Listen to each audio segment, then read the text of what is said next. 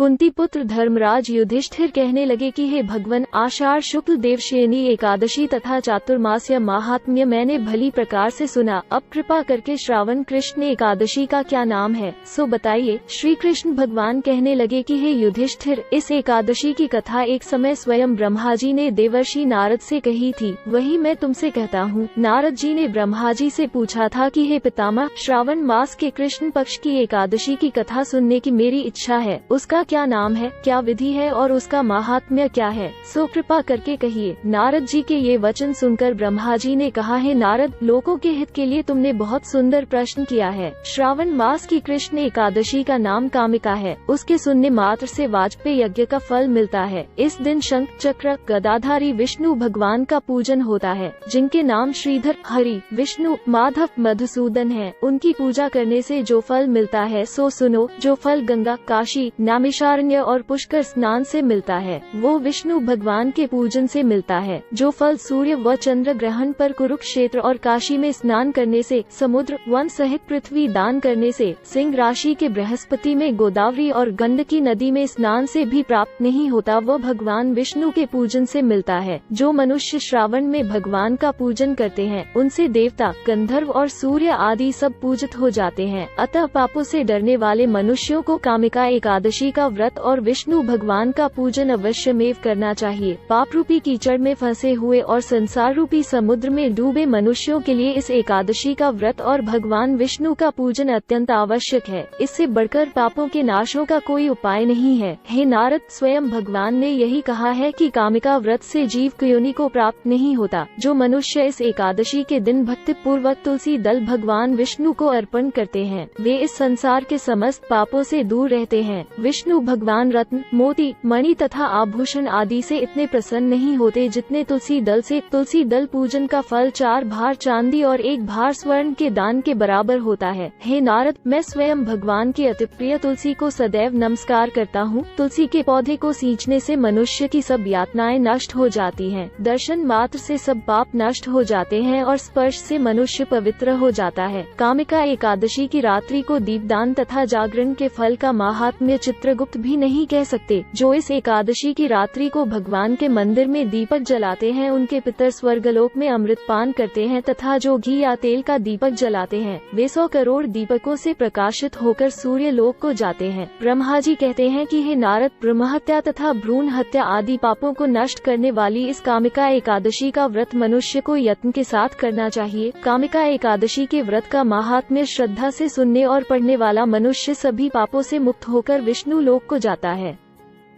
कथा सार, भगवान श्रीहरि सर्वोपरि हैं। वे अपने भक्तों की निश्चल भक्ति से सहज ही प्रसन्न हो जाते हैं। तुलसी जी भगवान विष्णु की प्रिया हैं। भगवान श्रीहरि हीरे मोती सोने चांदी से इतने प्रसन्न नहीं होते जितनी प्रसन्नता उन्हें तुलसी दल के अर्पण करने पर होती है।